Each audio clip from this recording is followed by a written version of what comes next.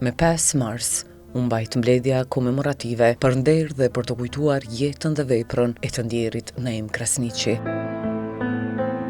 Profesor Naim Krasniqi, i lindur më 11 gusht të vitit 1985, ishte njohës i shquar i bujqësisë, edhe që ndryshe njihej si ndër njerëzit që kontriboi në modernizimin e bujqësisë në Kosovë.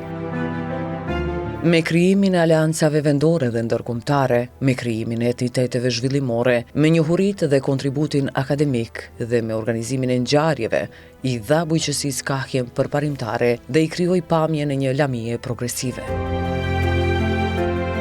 Duke qenë prezent në çdo paraqitje publike, krijoi imazhin e një ikone agronomike që shquhej për prezencë, pozitivitet dhe autenticitet.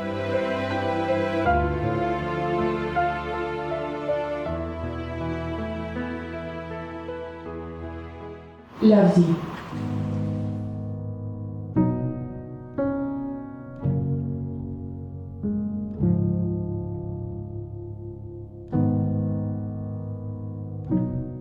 Nuk është ideja vetëm me pas doktor shkencë ose me pas një person që ka një titull, por ju dini që ai ka qenë angazhuar shumë në projekte profesionale, asnjëherë s'u ndal nga kontakti direkt me problemet e cilat kanë qenë në industri.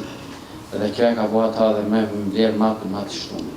Me sa dima dhe është punu mjafshëm edhe të platformat, të pjesa inovative, të integrimi, letimit të ekosistemeve në Kosovë. Edhe vazhdimisht ka rrugtu themin me iniciativa të reja, me koncepte të reja. Kemi një humbje të madhe, sepse ai ka qenë pikërisht momentin e produktivitetit më të madh të dijes edhe të gjenerimit të shpërndarjes atij akumulimi që ka bërë gjithë herë duke vazhdimisht me pas një diversitet angazhimit, jo vetëm akademik, po edhe profesional dhe në komunitet. Mi po me gjithatë edhe gjithë kohë që ka qenë pjesë, ai mbetet edhe në ndërtim sistemin e historinë tonë, mbetet edhe kujtesa shumë e mirë e një profesorit të nderuar me angazhimin e tij, me qasjen, përkushtimin, seriozitetin në punë. Personalisht për mua një prej njerëzve me energjinë më pozitive, një njeri dhe një koleg, besoj edhe një miqësi shumë mirë me ta e kom pas, dhe thjesht nuk po dua as me besu që ai nuk është me ne. Kujtimi mbetet pjesë e bashkëpunimit dhe pjesë e punës tonë. Ai është personalitet i shquar në fushën e bujqësisë, duke mbështetur vazhdimisht bujqësit në terren me konsulta, vlerësime dhe rekomandime që ndikuan në përmirësimin e cilësisë së produkteve agrare. Profesori Naim, studimet universitare filloi pranë Fakultetit të Bujqësisë në vitin 2005. Gjithashtu, studimet postuniversitare vazhdoi pranë Institutit Agronomik Mediteranean në Bari të Italisë në vitin 2010-2012. Eksperienca në mësimdhënie e profesor Naimit fillon nga viti 2018 pranë Institucionit të Arsimit të Lartë UBT, më konkretisht pranë Fakultetit të Shkencave të Ushqimit dhe Bioteknologjisë dhe Fakultetit të Inxhinierisë, Agrikulturës dhe Mjedisit. Profesori Naim shërbei në shumë organizata dhe shoqata profesionale, duke kontribuar në zhvillimin e sektorit të bujqësisë.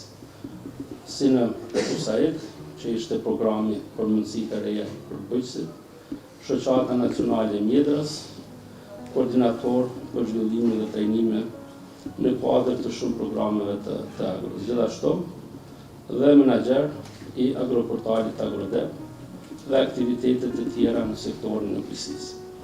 Profesori Naim ligjeroi lëndët bazike dhe lëndët më të rëndësishme në kuadër të programit inxhinierisë së agrikulturës dhe mjedisit, si bazat të prodhimit bimor, mbrojtja e bimëve, teknologjia kultivimit të bimëve mjekësore dhe aromatike dhe prontaria organike. Gjithashtu ndihmoi edhe në shumë segmente në kuadër të zhvillimit të këtyre programeve. Njëkohësisht, profesori Naim kontribui edhe në publikime të shumta, pra në 10 publikime në revista prestigjiose dhe pjesëmarrje në shumë konferenca vendore dhe ndërkombëtare. Deri në frymën e tij të fundit, ai nuk u ndal asnjëherë për dashurinë, për kushtimin ndaj studentëve dhe sektorit të policisë. Shprehim mirënjohjen tonë në të thellë për kontributin e jashtëzakonshëm që ka lënë pas. Trashëgimia e tij i jeton në çdo student, që mësoj prej tij, në çdo koleg që punoj dhe në çdo hap që ne si institucione do të hedhim në tutje. Kujtimi për të do të mbetet i paharruar, ndërsa mirënjohja jonë për të e përjetshme. U pret në paqë, profesor ime.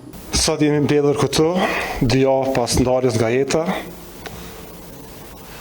të kolegut ton për të kujtuar veprat e tij që i dha shpirt bujqësisë së vendit tonë. Naim Krasniqit, profesorit agronomit të dalluar. Naimi ishte një personalitet i rrallë, me një mendësi pak më ndryshe. Ai me dedikimin e tij për kushtimin e bëri bujqësinë edhe më atraktive, e sidomos të të rinjët. Ishte ai njëri prej atyre që mendonte që bujqësia nuk është profesion. Ai mendonte që është mision për të zhvilluar bujqësinë. Naimi ishte djalë dëshmori. U rrit me një familje me vlera të larta, kombëtare, fetare, edhe të dashur shumë për atë dhejon. U sfidua që në rini, jetoj me dignitet, punoj dhe studioj njëkohësisht dhe u dallua për sinqeritetin, korrektësinë e tij. Naimi, punën profesionale filloi në projektet zhvillimore të bujqësisë në vendin tonë, në USAID, respektivisht projekti NOA dhe Agro, ku për 10 vite dha kontribut të çmueshëm në aplikimin e teknologjive më moderne të bujqësisë të vendin tonë. Edhe në ditët e sotme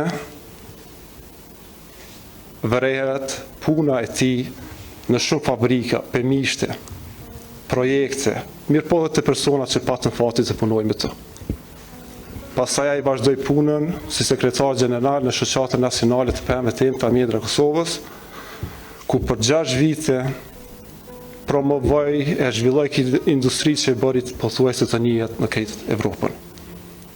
Në 3 vitet e fundit ishte menaxher i përgjithshëm në fondacionin Agrodev, ku bëri shumë aktivitete të nivelit evropian, podcasta, trajnime të trajnerëve, lobime, advokime, organizoi konferencën e parë ndërkombëtare për mbrojtjen e bijve, që e bëri që bujqësia të shiqohet me një sy tjetër në vendin tonë.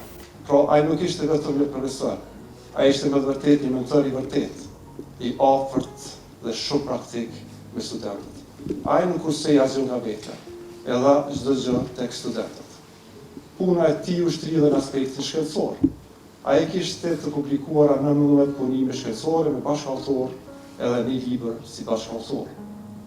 Një aset mjaft i çmuar për ne që jemi në sektor.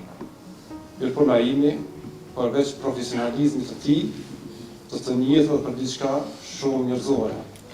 Sensin e tij të veçantë të humorit, pozitivitetin dhe sinqeritetin që e kishte. Ai dinte që edhe momentet e vështira t'i lehtësonte, gjithmonë duke buzëqeshur dhe duke ja u lehtësuar të tjerëve. Pra, Naimi ishte i dashur për gjithë, sepse ishte i thjesht, i sinqert edhe pra njerëzve.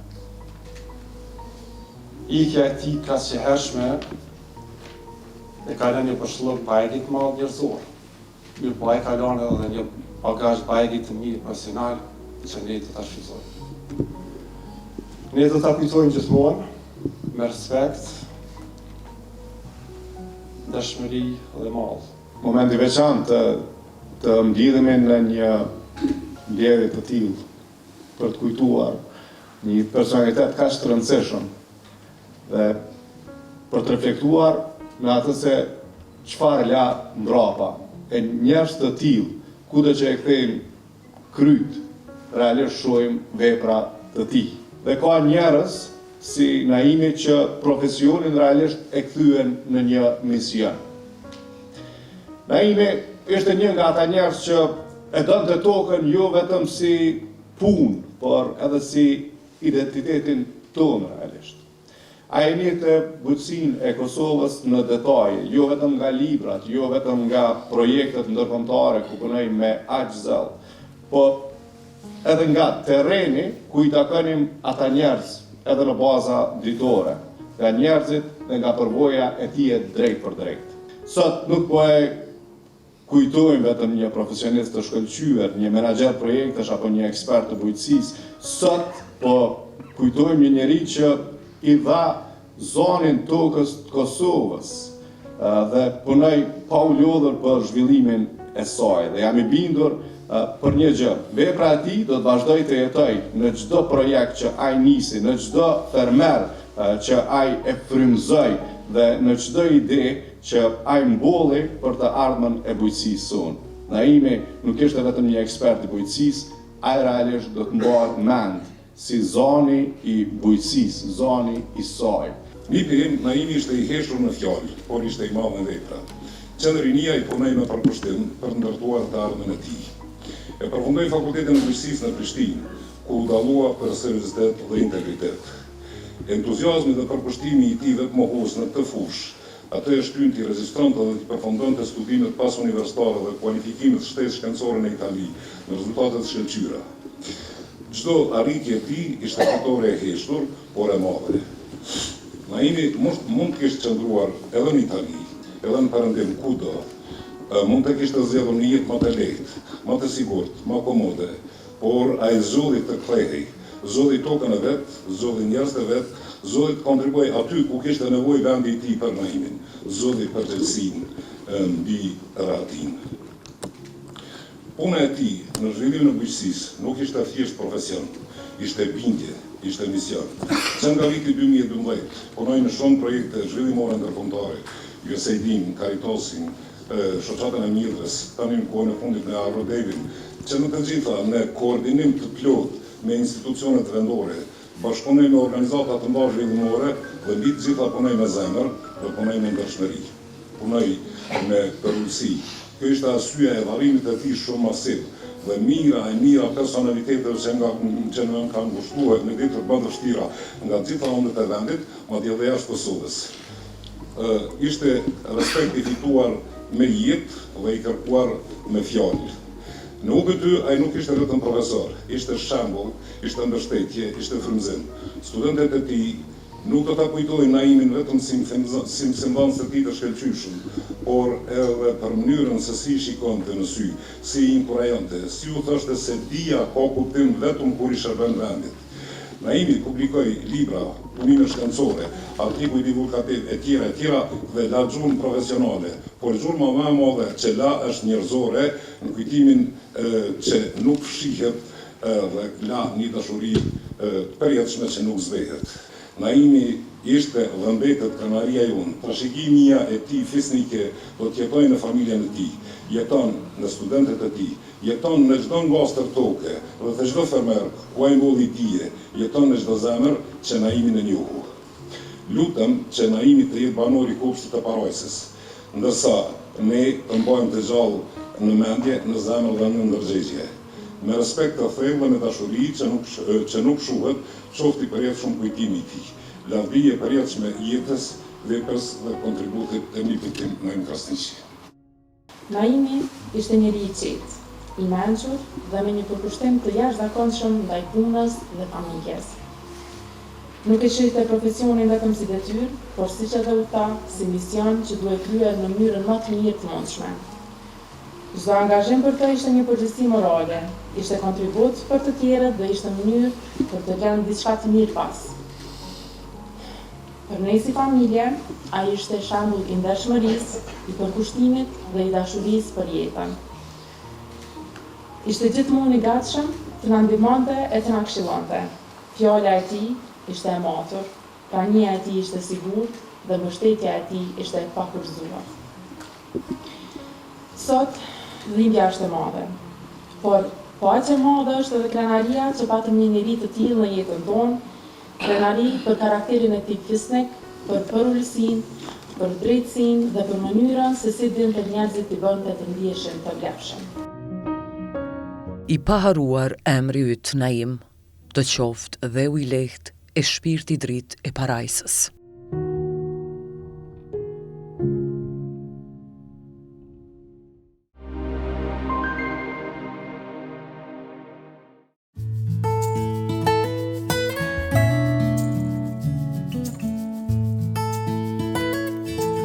Me 5 mars u mbajt trajnimi praktik për zhvillimin dhe mirëmbajtjen e kulturës së Orrës, ku njohës kultivues e student u mbledhen për të marrë informacionet profesionale nga profesor doktor I pemtarisë Vahid Avdil. Ngjarje organizua nga shoqata Arra Lajthi.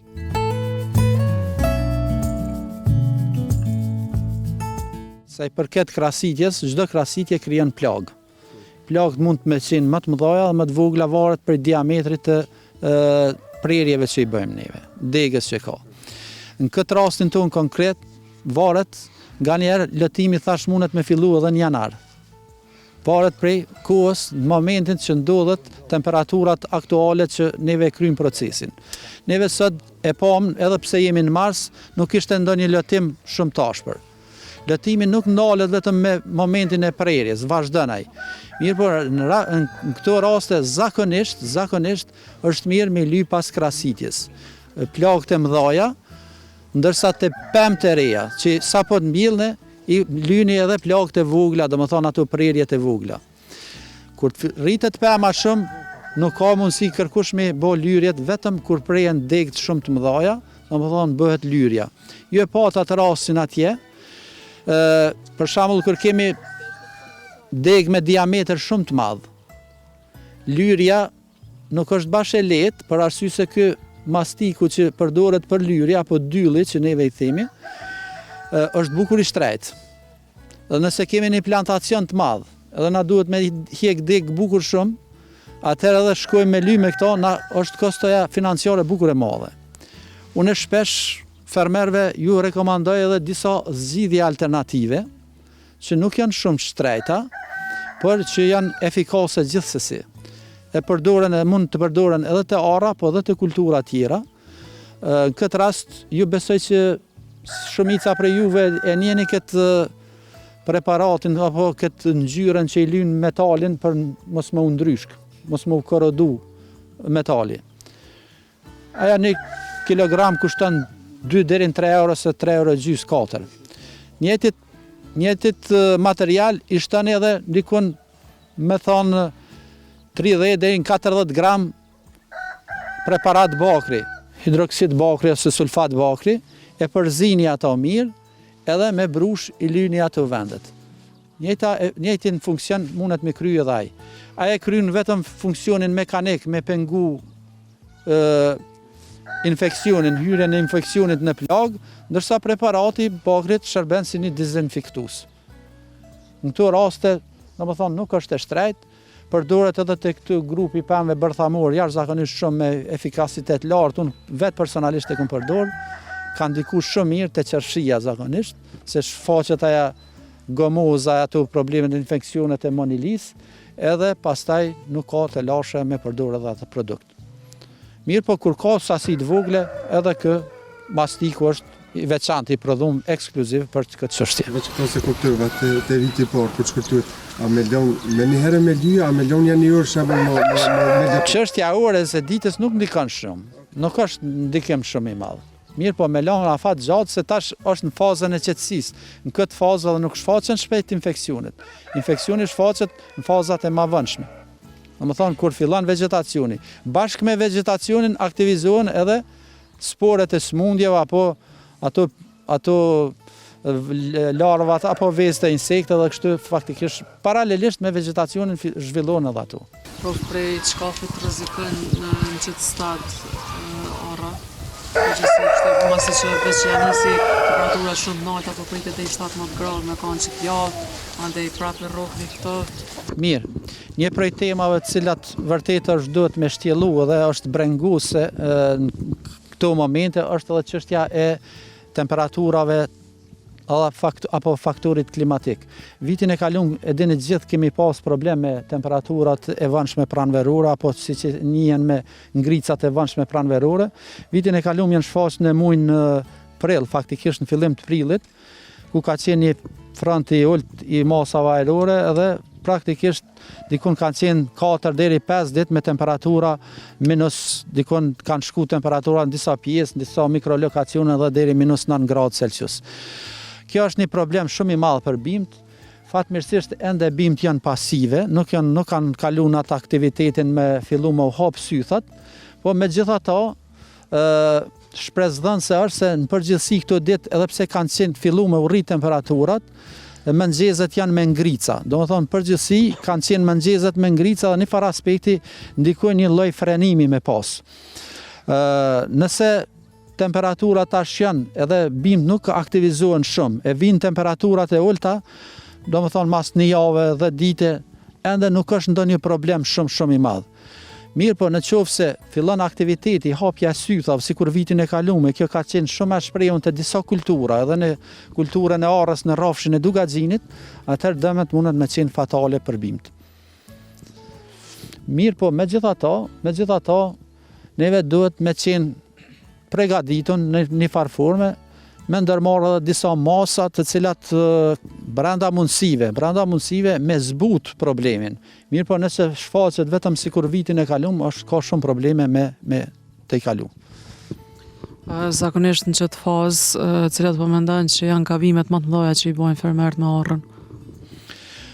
Ka gabimet ndryshme, po pe përvojës është problemi më i madh se bimt vujnë prej lagështisë tepërt, do më thonë hapi i parë, mirë po e shohim na, ky farmeri ka pas këshill, është këshilluar edhe më herët, shumë bukur e ka bë këtu, nëse veç ka mundësi me u pa, këtu trapat përgjatë rendeve, edhe veç po shihet gjurmë të ujit që është bë kullimi i ujit, edhe problemi më i madh është sikur këtë vit që ka pas shumë rreshje, saturimi apo përmbytja me ujë edhe bimt faktikisht kanë telashe shumë të mëdha. Kjo është një prej problemeve që shkakton tepër probleme. E dyta është edhe puna e krasitjes, duhet me qenë krasitja profesionale, se mundet mos me formu bima si duhet, ose me bën ndonjë krasitje që e nxit më tepër rritjen vegetative se sa me shty pemën prodhim. Pastaj aplikimi i mbrojtjes, do më thonë fazave të para të mbrojtjes bimëve nga smundjet edhe dëmtuesit, kuhen me gjeta adekuate, përdorimin adekuat preparateve, spërkatjen optimale me dhënë sasinë e duhur preparatit, dozën e duhur, edhe trajtimin komplet bimës, do më thonë janë disa gabimet që kanë bojnë fermerët më tepër. Vitin e kaluar kena pas më pak prodhim të arrës edhe kryesisht kemi pas shumë ankesa pe fermerëve që shpesh gjendjen këtë vit edhe apo pritet me pas prodhim. Po pse ka pas vitin e kaluar më pak prodhim, janë disa faktorë. Faktori i parë veç e ceka ka qenë ngricat e vonshme pranverore që janë shfaq në fillim të prillit, edhe ara ka qenë një prej kulturave që është prek, disa kultura janë prek edhe më tepër, dardha, qershi janë prek shumë më shumë, do të thonë aty dami ka qenë pothuajse mbi 90%, ndërsa te ara varësisht prej zonave, në zonën e Dugaxhinit damet kanë qenë më të mëdha. Mirë po kultura e arrës po edhe pemëve tjera kanë pas edhe strese tjera që kanë vazhdu. Për shembull gjatë verës kemi pas 5 periudha me temperatura rreth 40 gradë Celsius plus minus edhe mbi 40 gradë në disa raste, edhe ato periudha kanë qenë dikon spaku 5 ditë deri në javë. Ato kanë shkaktuar strese shumë të mëdha bimëve, edhe mungesë e rreshjeve, domethënë është reflektuar drejt për drejt edhe te prodhimi që ka qenë, edhe atë prodhim që kanë pas ka ndikuar drejt për drejt tek prodhimi. Sepse pa marrë parasysh a ka ujitje apo nuk ka ujitje, nëse temperaturat shkojnë 40 gradë Celsius, bima ka lënë në stres, për shkak se fillon puna me u zvoglu puna e fotosintezës edhe me u dëmtu klorofili apo indet të cilat janë përgjegjëse për kryen e këtij procesi. Në këtë rast bima në një farë forme fillon mbrojtjen edhe me u strehu prej atij problemi shumë të madh. Bile viteve të fundit ka filluar edhe me u shfaq djegja diellore për rrezeve ultraviolete. Zakonisht shfaqet dikun ka gushti ose korriku, më tepër ka gushti. Tash fermerët kanë filluar me mendu me përdor edhe një lloj argjile kaolinën, për arsye se me kriju një shtresë të bardhë, me reflektu rrezet e diellit edhe mos me shkaktu djegje sipërfaqësore. Do thonë edhe këto janë probleme të cilat për shkak këtyre ndryshimeve që po folet, ndryshimeve klimatike, vit pas vite për çdo vit po na sjell ngjarje të reja. Do thonë këto janë sfida edhe për ekspert, po janë sfida edhe për fermerët të cilët merren me prodhimin. Veçanërisht totalit, raportin për me tha barit, çka përdorni. Sa është i dëmshëm për ty edhe sa guxojna me përdor ofer orrës, këtë rroje orrës, qysh, po ne më shpjegoj diçka. Po realisht çdo preparat kimik nuk është thik me dy teja. E kryen punën një në anë, po edhe në tjetër anë mundet me qenë i dëmshëm. Realisht një kohë është ndalu, po prapë është leju me përdor preparate totale. Nëse i përdorni preparate totale, duhet me qenë se ato janë tregë dhe janë të lejume, atëherë edhe i përdoren edhe fermerët.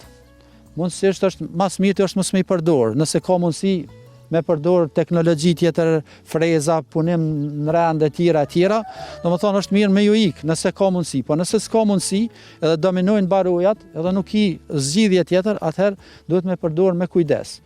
Preparati total nuk përdoret nëse s'ka baroja, në këtë fazë nuk përdoret. Pa pas për arsye se preparatin total është një preparat që bima e përthith, e merr në mënyrë sistemike, e dërgon deri në pjesën e fundit bimës, sistemit rënjor, dhe pastaj pas një kohë vepron edhe than bimen. Mirë, po duhet me pas kujdes kur me u përdor. Nëse përdoret pasi del bari, aja ndodh dikon muin varësisht prej menaxhimit të rendeve, sikur është rasti këtu tash në mars nuk ka bari, mirë, po mundet me dominu bari dikon ka gjysma ose fundi i prillit. Mirë, po nuk guxon me u përdor ma vonë se gjysma e qershorit. Domethënë, te gjysma e qershorit për shkak se mundet me lanë mbetje, që me marr frutat pastaj atë qershorit e naton zban me u përdor te bimt që prodhojnë. Të jemi të qartë. Edhe te bimt që janë të reja, deri në moshën parafërsisht 3 vjeçare, nuk rekomandohet shumë me përdor. Edhe duhet me pas kujdes që mos me i trajtu, mos me përdor kur është erë, kur është temperatura e lartë, mos me i spërkat gjethet, mos me ardhë në kontakt me gjethet e bimbe. Trupin qëfëse rrët trupin? Nuk e merr përmes trupit. Nëse pak e prejk trupin, nuk e merr përmes trupit. Mirë, po gjithmonë ka mundësi me ndërmarr masa mbrojtëse, domethënë ka dhe pompa speciale, ka spucator special që nuk e lanë me u shpërnda ka na nuk dëshirojmë. Mirë, po edhe ka mundësi një gyp thjesht me marr, e prejnë për zgjati, e hap edhe vendos trupit, e spërkat lirisht, e hjek e vendos të tjetra, spërkat edhe tjetra në mënyrë që me u siguru pak ma shumë. A ka dhe ndonjë pyetje? Prof, masi që veç jena në fillim të vitit 2026, a po mendojnë që në fazë zhvillimi të arës ka ndonjë ndryshim këtë vit në krahasim me vitin e kaluar, për shembull nëse vazhdojnë që temperatura me hyn lulëzim më herët edhe mandej me pas një problematik? Shiqen, në bazë të vitit 2026 dhe 2025 nuk po shoh ndryshim në përshpejtimin e vegetacionit. Nuk ka ndonjë përshpejtim aktualisht. Çka ndodh në ditët e ardhshme, na nuk mundom me parashiku çdo gjë, mirë, po realisht parafërsisht vegetacioni është në gjendje të ngjashme me vitin e kaluar. Problemi më i madh unë nuk e shoh marsin tash si problem, po inshallah don Zoti nuk na vijnë ato temperaturat sikur të vitit kaluar që ka qenë në fillim të prillit. Prilli është problemi më i madh, domethënë përgjithësi për sektorin e pemëve. Nëse prillin e kalojmë mirë, atëherë besoj që nuk ka më pas të lashë.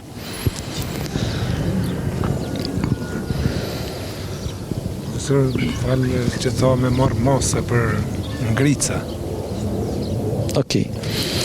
Çfarë masash muna me marë? Sa i përket cilat është pyetje me vend, çfarë masash kishu mujt me ndërmarr në raport me ngricat, ju e dini që në treg zakonisht masat janë të ndryshme, janë masat preventive dhe disa masa që kanë karakter parandalus, pra preventiv, por ka dhe masat që janë direkte. Masat preventive është zakonisht me pas kujdes në menaxhimin e pemishtes sa më të mirë që llastarët më u pjek sa më mirë në vitin paraprak. Një prej masave preventive është një farë aspekti, shpesh për lidhje me ngjarjen, fermert i shoh që i ngjyrosin trunxhet e pemëve me ngjyrë të bardhë, këtë rast me golçere. Dikush ju shton edhe preparat bakri, sulfat bakri, ajo në farë aspekti ndikon në shtyrjen pak të vegetacionit, për arsye se ngjyra e bardhë i reflekton rrezet e diellit dhe e ul atë ngrohjen fizike të degëve, sythave dhe për shpejtimin e vegetacionit. Kjo është një prej masave preventive që ka mundësi me u apliku. Për ata që i spërkatin, në këtë rast ka mundësi me përdor golçeren me preparat bakrit, me sulfat bakrit, që të ndryshe thirret edhe çorba bordoleze, ndoshta me koncentru pak më shumë golçeren, edhe me dhënë një ngjyrë që reflektuese, që me reflektu rrezet e diellit e me ndal këtë procesin e përshpejtimit mugullimit sythave. Masa tjera ka preparate, domethënë masa edhe ato janë një farë aspekti parandaluese, në treg ndoshta keni një dikush po i thot ekofriz, diku me emra të ndryshëm, nuk dikush po i thet si antifriz. Antifriz është për kerr, po janë ekofriz thirret, ka edhe disa preparate tjera që janë produkte varësisht prej kompanisë dhe ju kanë dhënë emrat. Ka të disa tregtar, kom pas rast me po, ato kanë një farë efekti, domethënë parandalues. Ato veprojnë në atë mënyrë që para se me shfaq ngricat, tash i kemi prognozimet për 2 ditë, 1 javë ditë, secili kemi ato prognozat, edhe nëse shohim që është shfaqen ngricat, zakonisht duhet me i trajtu 2 deri në 3 ditë para se me ardhë ngricat. Pastaj bimët i marrin, kryesisht janë minerale që i marrin bimët i përthithin, edhe rritet koncentracioni lëngut qelizor, edhe ulet shkalla e ngrirjes së indeve edhe qelizave, edhe rritet rezistenca e bimës ndaj ngricave. Mirë po kjo nuk mundet me rezistu kur janë pyetje me ardhë ngricat -7, -8 edhe shumë të mëdha, mirë po për -1, -2 e zbut shumë efektin e ngricave që zakonisht -1, -2, -3 janë zakonshme për muajin prill. Do thonë këtu janë disa masa. Janë edhe masa tjera përmes të mosjes, edhe ajo deri në një mas, përmes ndezjes së zjarreve përgjatë rendeve, domethënë me materiale të ndryshme, edhe ato janë deri në një masë e kufizojnë punën e ngricave. Është edhe një masë tjetër që është ujitja, po mos harrani se ajo nuk është sikur që e thë dikush me u çu herët edhe me spërkat bimt me ujë para se me dal dielli, nuk e jep atë efektin që ju mendoni. Sepse nëse përdorëm ujë, atëherë duhet ujë më lshu prej momentin që fillojnë ngricat, mos më ndërprej fare në formë shift, derisa të shkrihen ata akujt që krijohen përgjatë pemës, domethënë dikon ka ora 9-10. Kështu që ajo infrastrukturë për momentin fermert nuk e kanë, po edhe me pas duhet sasi shumë e madhe ujit, varësisht prej temperaturave dhe duhet më rrit sasia ujit që jepet. Kështu që është një metodë pak e vështirë me u apliku tek ne. Derë dhe kënaqësi për neve me marrë pjesë në një qësi trajnimi, ku marrin pjesë edhe studentë dhe farmert. Në fundit neve e kemi edhe si një lloj misioni, Universiteti i Prishtinës, por edhe Fakulteti i Bujqësisë, që me dhon kontribut në komunitet. Domethënë në kuadër të ligjërata ushtrimeve që këto njohuritë tona profesionale me transmetu edhe të njerëzit e prodhimit, të njerëzit e praktikës. Kështu që me gjetë një lloj forme të bashkëpunimit që këto njohuri, këto përvoja që i kemi me transmetu sa më mirë që mundëm edhe tek kjo. Në mënyrë që fundit gjitha këto investimet që i bëni ju, në farë aspekti kontribon edhe shteti, dikun me grante, dikun me subvencione, dikun keni kontribu prej buxhetit ju, domethënë në një formë gjitha këto lëvizën edhe kthehen shtetit tonë.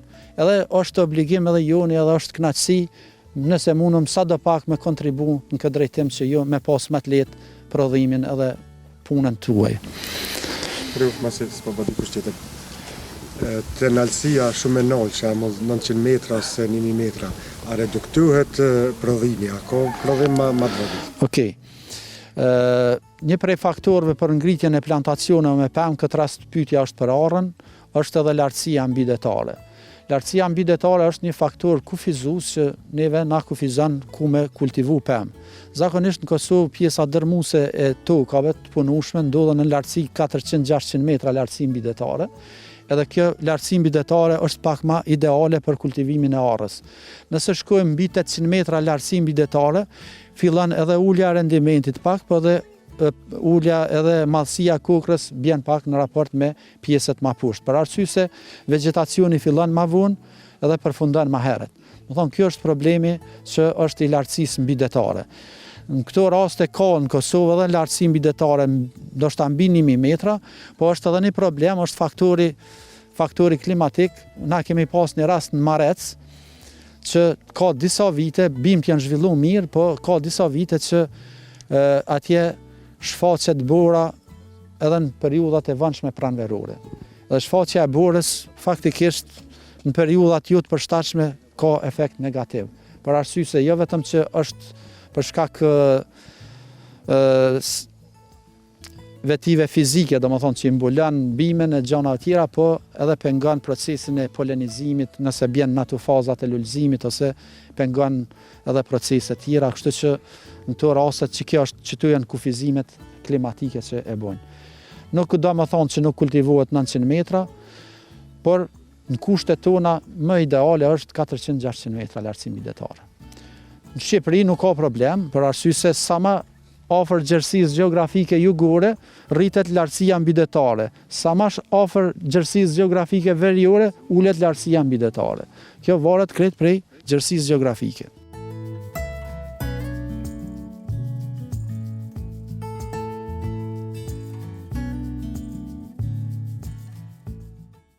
Me qenë se edhe ti merresh me distribuimin e fidanëve të arrës, përgjithësi në frutave të thata, më na tregu pak çush po duket gjendja vitin 2026 me sipërfaqet e arrës në Kosovë. Po kjo vazhdimisht është në rritje, edhe në këtë vit kemi rritje, domethënë. Ka disa persona që kanë ngel me projektet nga viti i kaluar, janë të i plotësu ato, po vazhdimisht ka rritjet sipërfaqeve. Momentalisht sa e kemi sipërfaqe? Momentalisht, sipas ministrisë thuhet që janë 1200, po realisht mund të jenë përmi 2000 hektarë në Kosovë. Zakonisht me çfarë sipërfaqe po preferojnë me shku fermerët fillimisht këta, po mendoj fillestar që po fillojnë mbjelljen e arrës? Po ka ndryshëm, zakonisht shkojmë prej 50 are deri në 4 hektarë, 8 hektarë, 10 hektarë, ka ndryshëm, varësisht varet prej sipërfaqeve që i posedojnë. Po e shohim që mbrapa te kena edhe një plantacion të arrës, edhe është goxha kështu në gjendje të mirë, me thonë, e mbajtëm edhe një lloj trajnimi praktikisht. Çka po mendon që ka me pas si rezultat për këtij trajnimi? Po këtu patëm qindra mira fermer 3, të cilët kanë fillu për herë të parë, edhe ky ishte shumë i nevojshëm për hapat që duhet t'i marrin. Na ishëm 3 në këtë fazë para 10 vjeteve dhe kemi bën gabime që nuk i kemi pas këto njohuri. Fatmirësisht profesori Vahed ja shpjegoi në mënyrë më të mirë të mundshme që këto gabime mos t'i përsëritin këta që janë 3 edhe të ketë rezultate sa më të mira. Me kaq po e përmbyllim emisionin për ditën e sotme, për t'ju lënë takim të dielën tjetër në po të njëjtën orë. Deri atëherë, mirëmbëjtje.